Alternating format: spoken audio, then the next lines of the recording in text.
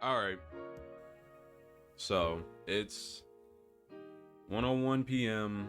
New Year's Day. Happy New Year's, everybody. Hope your New Year's is great. 12 o'clock hit and my day was crap. You want to know why? Yeah. So basically, in today's video, we're gonna be doing a little game recap. We're gonna be talking about the game from last night. I said I was gonna do it, win or loss. Here I am. I'm still gonna analyze. I'm not gonna be the salty loss fan over here. We're just gonna talk football. So without further ado, let's go ahead and get straight into it, man. So basically, Georgia came out on top, 42-41. And when I say, what is the first thing I want to talk about? I want to start out on a good note. Let's talk about all the good things first. Let's get those things out of the way, and then I'll get to the bad things after the fact. Let's talk about C.J Stroud. Let me tell you what he did. 23 of 34, 348 yards, 4 touchdowns, 0 interceptions. Then he had 12 rushes for 34 yards. Some of them was sack numbers, but he had a long of 27 at the end of the game that set us up for a field goal at the end of the game, which we unfortunately didn't hit. But overall in this game, when I say this was probably C.J Stroud's best game as a Buckeye, I'm not underrating it. He came out and he was on a different level. The way he was moving in the pocket, anybody who watches Ohio State and truly understands, C.J Stroud is one of the best throwers on the run outside of the pocket. He was over 70% when he was forced out of the pocket and had to make throws on the run. He's elite from there because he knows how to just. If you go back and watch the game highlights, there were both of Marvin Harrison's touchdowns were both breakdown touchdowns where C.J was like pointing, go over there so I can get this ball to you, and he made on time, on the money throws. The touchdown up the seam to Xavier Johnson, impeccable. He threw that perfectly over the top. His accuracy was on point. He was not missing throws.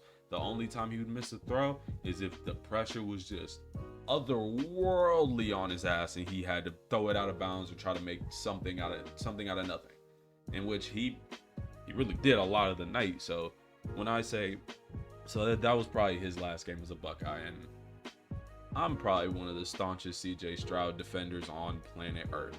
I think the dude is great. I think he's going to be a great pro.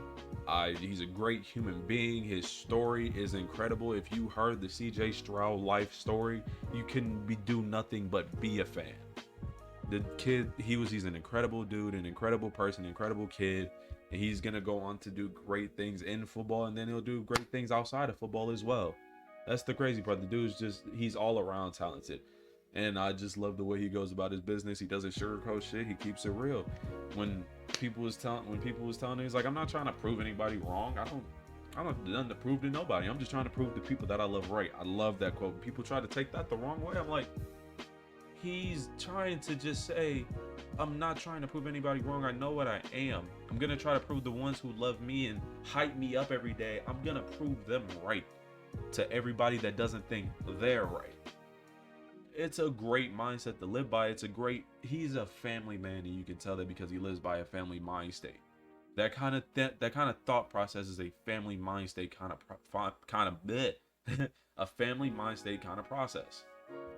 So I love what he did yesterday. I love everything that he brought to this university. Cannon arm, had some of the best accuracies I've ever seen. Some of the throws that he made while he was here just left me otherworldly baffled. So I salute C.J Stroud a shit ton. I know he's going to be great in the NFL. Hopefully NFL teams understand that and make him a top 5 pick like he deservedly is. But yeah, that's what I got to say about C.J. Now, on to the next good topic. I want to talk about Ryan Day. Besides the last 30 seconds of the game. Ryan Day for... how many minutes are in a football game? 60? Ryan Day for 59 minutes was chef's kiss. Oh my God. Where was this all year? Where was this play calling all year, Ryan Day? Like, this was impeccable. The play calling the calls you were making were insane. The crossing routes, the quick slants, The drive right before the end of the half to get us up 28-24 going into the half when they get the ball back. That drive was insane. It was all set up by Ryan Day's play calling. And I'm telling you, the energy that he brought yesterday was an energy I had never seen out of him. And that fire that went out of him illuminated on that team. I understand we lost, but everybody said we were going to get blown the fuck out of the water. We only lost by 1 point.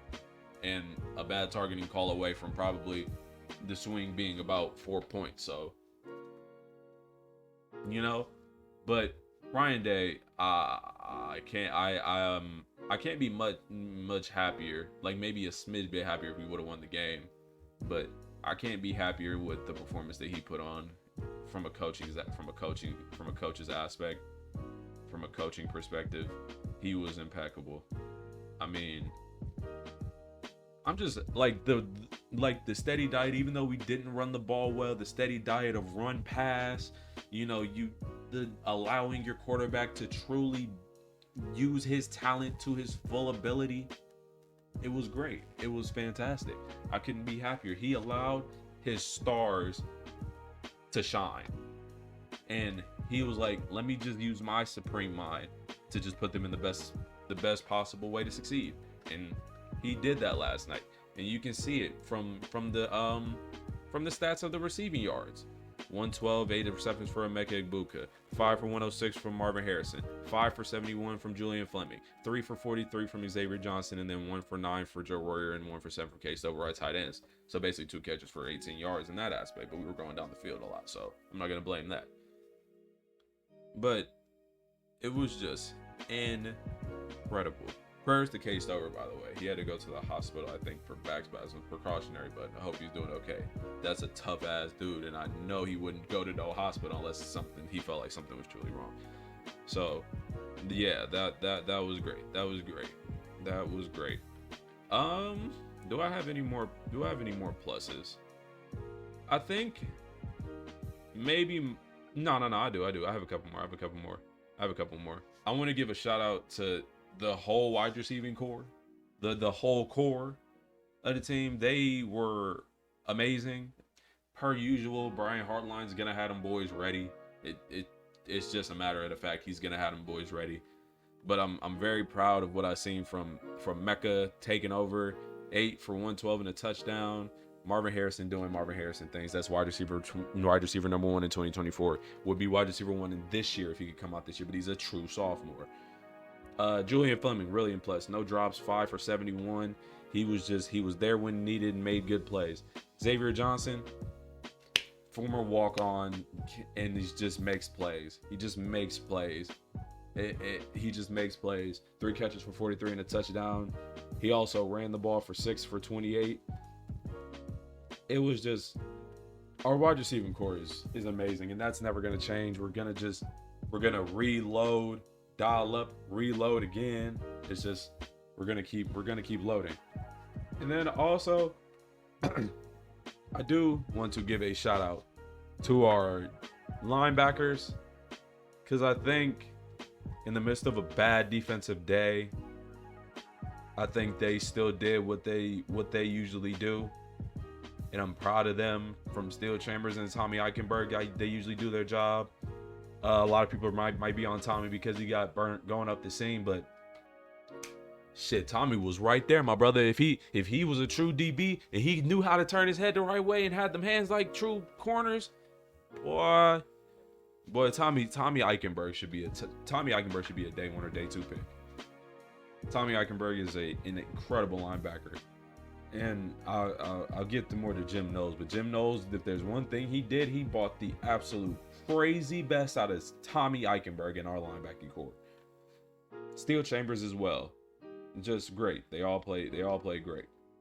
Now, the negatives. Well, I can really say it's one singular negative.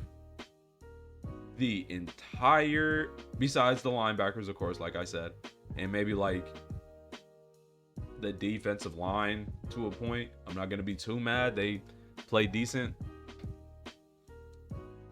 The defense in general, and especially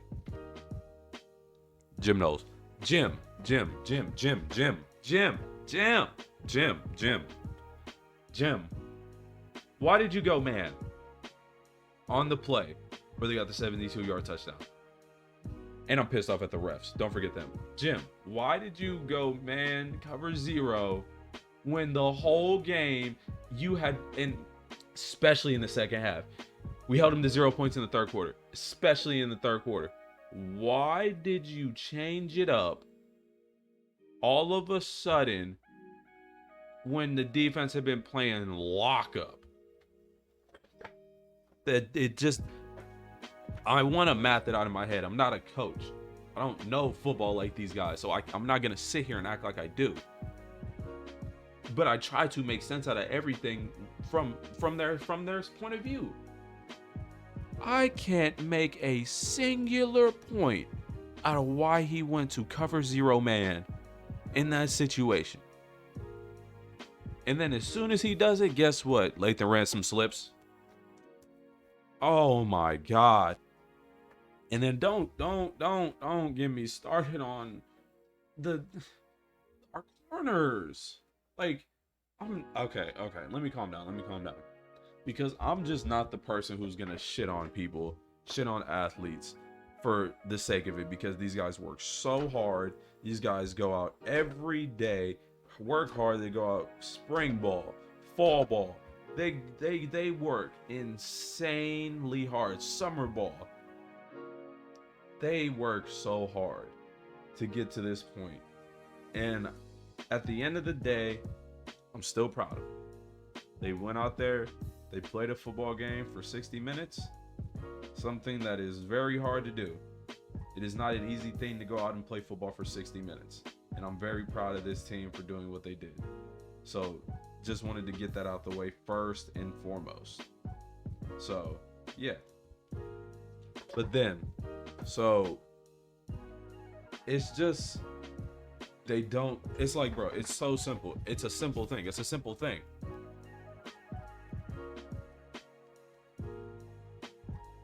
I swear to God, our corners are so good at staying with guys and then just getting burnt in the end. It's like, oh, he's with them. Turn around. Please, for the love of God, just turn around and you got a pick. You got a pick, bro. Like, it's a sad thing when the whole year our defensive line and linebackers got more picks than y'all. That shouldn't happen. Y'all were in good situations to get interceptions and then just didn't come through. Now, I don't know if that's bad teaching from the past. I don't know the teachings of the cornerback position. I know they teach you if you're chasing down to chase down and wait for the hands and run through the ball. I know they teach that. But elite is elite. Turn your head. From every time I watch TV and every time I watch something from the great corners in the NFL, the great college corners, it's always about turning your head and checking for the football, keeping your hand on a man and trying to make a play on the football. And we weren't able to do that the entire year. Now, I don't know if that's past teachings, like I said before. I don't know if it's current teaching. I don't know if it's unteaching bad habits. I don't know. I don't know if that's the way they teach. It's just, I just wish they would turn around. That's probably about it. But I'm not really pissed off. Oh, I got 2 more things actually. I'm tripping. 2 more things. First is the refs. How is that not targeting? That's crazy. And then on that long touchdown, how do you not see the holding right in front of the quarterback where Ty is getting held on that long 72-yard touchdown? That's crazy. All right, I'm off the refs. That's really all I have to say about them, because they're gonna do what they do. They're gonna be bad, and I'm not gonna sit here and talk about the refs because they work a hard job too. I'm an understanding person. It's just how I am. Now the last thing is Ryan Day in the last 30 seconds, bro. So first of all, you should have tried to get some more yards. That's the first thing. But then after you don't get the yards on the second down, bro, set your kicker up in the middle to hit that game winner. See, me, I'm a person that believes in if you don't have time to think about it, you just got to go out and go do it. And I believe that these athletes work so hard year in and year out that I feel like that they just go out there and go do it. So I feel like if you just set them up in the middle, have them run on, I think there was about maybe 20 some seconds left, have them run on, set up, and kick it with no time left. I think that maybe would have been a little bit better. But overall though, that's probably about it. I'm not gonna sit here and harp on it. You know, we lost 42-41. It is what it is. Good season. Okay season. You made it to the playoff, but we lost to Michigan. Got to come back and get it next year. It's gonna be hard. We're gonna be replacing quarterbacks. You know, I don't think we're losing many pieces though. Like for the most part, almost everybody can come back, except for maybe like I think Cam Brown is gone. A lot of guys have the opportunity to leave. I think Xavier Johnson can come back. I think Tommy can come back, but I think Tommy should go pro. It's not a lot of guys leaving, so the one spot to replace, you got to replace the quarterback. And I have faith in Common Core that he can get it done. Marvin Harrison Jr. is high school quarterback. St. Joe's Prep, stand up. I didn't go there, but yeah. Overall, though, I'm not too pissed off. I think me talking about it honestly made me feel a little bit better. So, yeah. But yeah, it's been I forgot to do a damn outro to this. An intro. That's crazy. But yeah, thank you for watching. It's been your boy Steph99. About to be 2Steph2 on the YouTube too. As soon as I rechange the name back. But thank you for watching. I will see you soon in a whole nother video. Peace, y'all. Hey. Okay, since I forgot to do it at the end of the video, don't forget to like, comment, and subscribe. Follow the Twitch channel, follow the Instagram and Twitter.